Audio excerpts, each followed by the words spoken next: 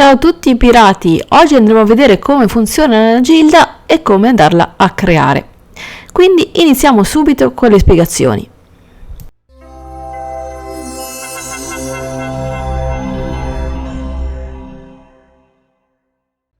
La caratteristica più significativa di Il mare dei ladri, la 10ª stagione, prevede l'introduzione delle gilde che consentono ai giocatori di unirsi a comunità personalizzate.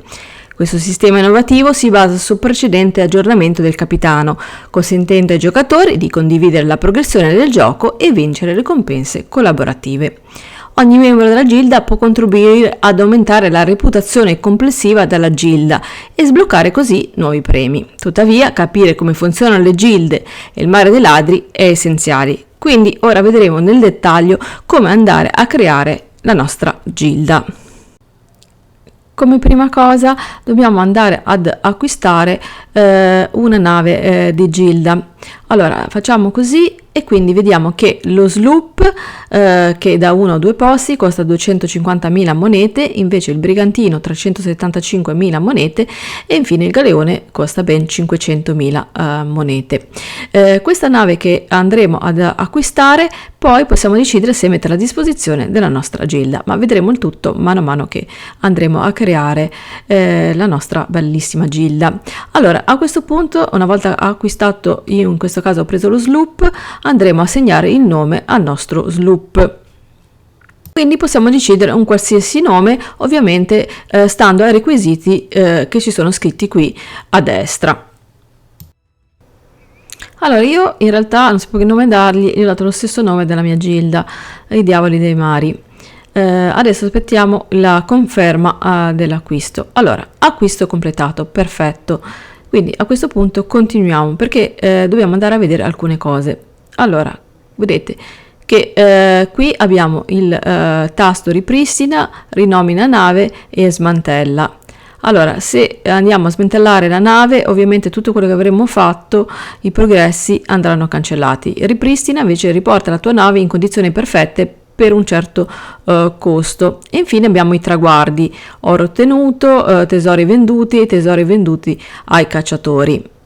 Quindi si può iniziare ad acquistare una sola nave, ma poi possiamo andare a acquistare successivamente, quando avremo magari più soldi, anche il brigantino e il galeone in questo caso, o comunque sia le altre navi. Come vi dicevo, poi questa nave possiamo decidere se andarla a mettere a disposizione anche dell'equipaggio della gilda. Questi potranno utilizzare la nostra nave anche quando siamo offline. Acquistata la nave, adesso andiamo a vedere proprio i passaggi per andare a fare la nostra gilda. Quindi dobbiamo creare la gilda e una volta fatto ci farà scegliere il marchio della gilda, ossia lo stemma di gilda. Quindi abbiamo diverse possibilità, vedete, sono questi qui che vi sto facendo vedere. Poi dobbiamo scegliere all'interno il marchio della gilda, ossia un disegnino centrale, e abbiamo la possibilità di scegliere tra vari disegni.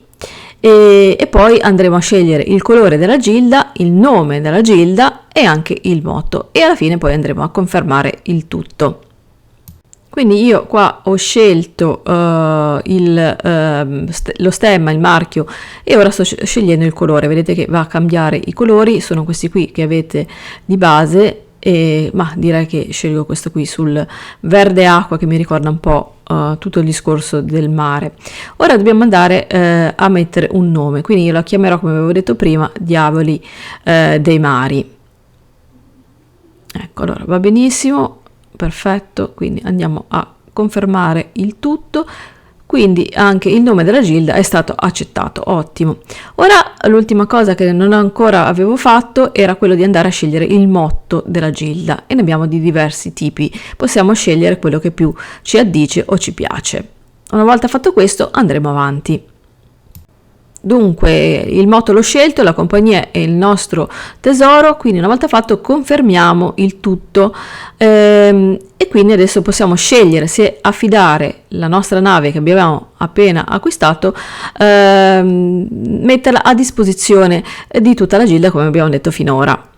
Quindi andiamo a vedere ora i ruoli, cioè cosa possiamo fare le informazioni sui ruoli e le autorizzazioni delle gilde. Vedete che il proprietario della gilda può andare a invitare, cambiare i ruoli, rimuovere i giocatori e rinnovare e trasferire la proprietà. Invece il capogilda può soltanto invitare e cambiare i ruoli, e invece colui che fa parte della gilda non può fare nulla sulla nave.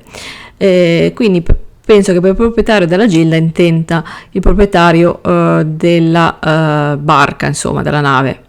Dunque, ok, andiamo avanti e praticamente adesso ci fa vedere quello che abbiamo creato finora e lo dobbiamo andare a confermare.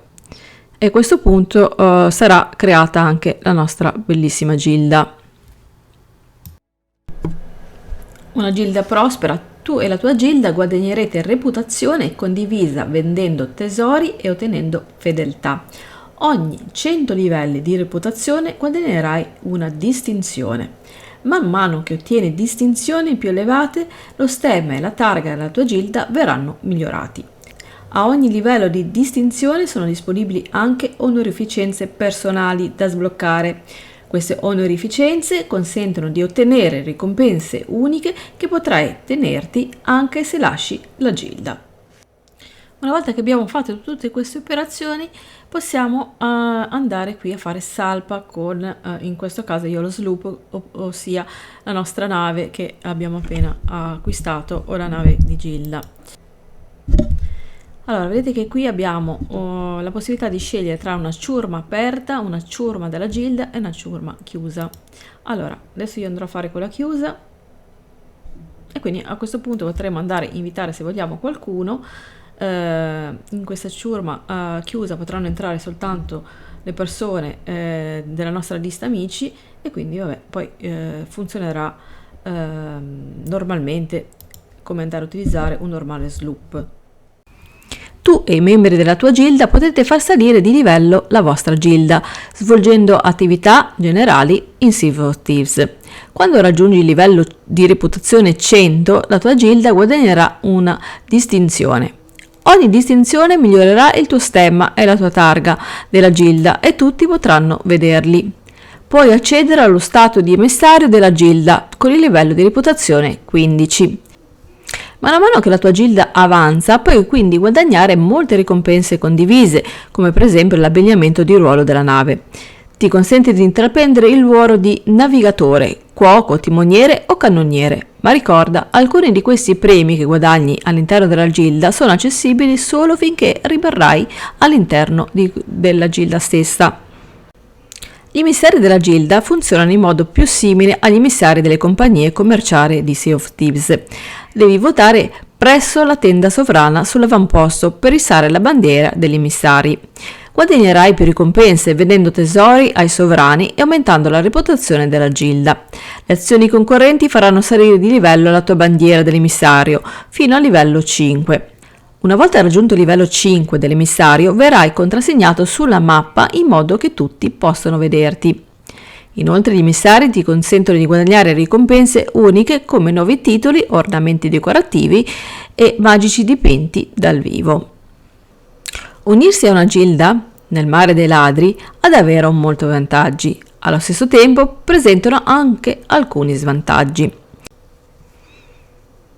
Ti permette di giocare con gli stessi giocatori interessati. Ad esempio, se ti piace andare a pesca su Sea of Thieves, puoi unirti a una gilda incentrata sulla pesca, o se ti piace vivere avventure e combattere, ci sono anche gilde dedicate a quello stile di gioco. Potrete progredire nel gioco insieme e guadagnare premi esclusivi. La progressione del gioco sarà più veloce quando giochi in squadra o in compagnia. Invece i punti contro sono: far parte di una gilda significa lavorare in squadra, quindi potresti avere meno libertà nelle scelte di quali attività o missioni svolgere rispetto a giocare da solo. Se decidi di lasciare la gilda, alcune ricompense guadagnate nella gilda potrebbero andare perse. Potresti sentire meno controllo sul gioco, in particolar modo sulle navi impegnative. Quindi come vedete non sarà strettamente necessario dover per forza avere una gilda o addirittura 3 gilde, ma possiamo semplicemente anche giocare nella maniera classica, ossia senza gilde. Questo farà sì che non abbiamo determinati tipi di ricompense, ma ricordo che le ricompense all'interno di questo gioco sono tutte cose estetiche che non vanno assolutamente a pesare sul nostro percorso o sulla nostra forza, soprattutto in PvP. Poi, come dicevamo prima, esisteranno gilde soprattutto più versate verso il PvE e altre verso il PvP, oppure anche gilde magari, come appunto facevamo l'esempio prima, che si occuperanno di determinate cose più specifiche, come per esempio la pesca e quindi anche l'abilità nell'andare a cucinare, oppure non so, gilde che si occuperanno magari della parte più economica, quindi andare a prendere le merci in un porto e trasportare appunto queste merci a un altro avamposto e così via. Quindi prima di andare a fare una scelta di una gilda cerchiamo di informarci bene sui programmi che ha, o perlomeno lo scopo per cui è stata fatta, e poi valutiamo se è meglio aderire. Facciamo fin da subito, appunto per il discorso delle perdite dei premi, o meno, oppure decidere di continuare la nostra avventura fuori. Quindi queste sono le nozioni principali per quanto riguarda le gilde. Spero di essere stata abbastanza esaustiva. Se come sempre avete delle domande o delle perplessità, fatemelo sapere qui sotto nei commenti. Vi invito come sempre comunque a seguire tutta la playlist che ho sul canale dedicata a Sea of Thieves, in modo da vedere tutti i video e quindi tutte le video guide che sono andata a fare nel tempo, perché molte sono ancora valide. Vi ringrazio, ciao a tutti e alla prossima!